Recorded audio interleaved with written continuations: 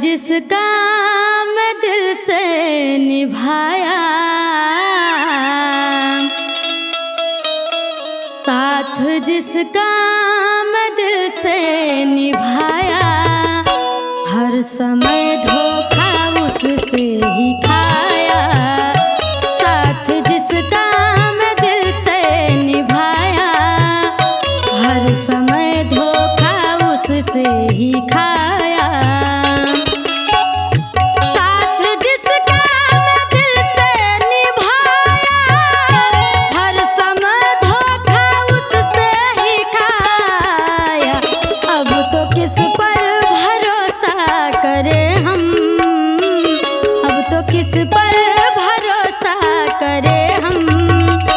अपनी किस्मत पे बस रोना आया, अब तो किस पर भरोसा करे हम।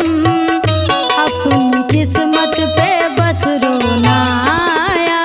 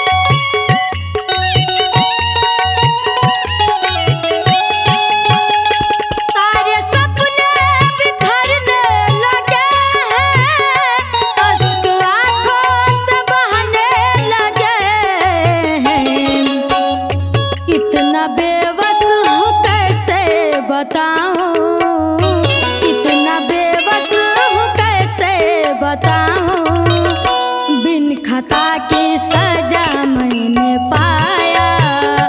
इतना बेबस हूँ कैसे बताऊं, बिन खता की सजा मैंने पाया।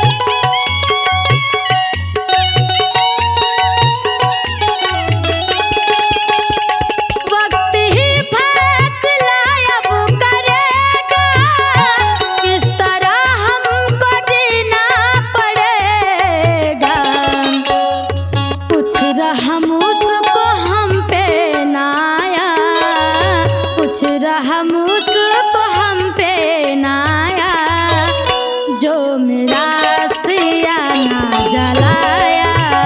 कुछ रहम उसको हम पे नाया, जो मेरा सियाना जलाया।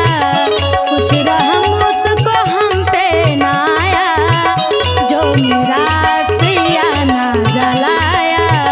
अब तो किस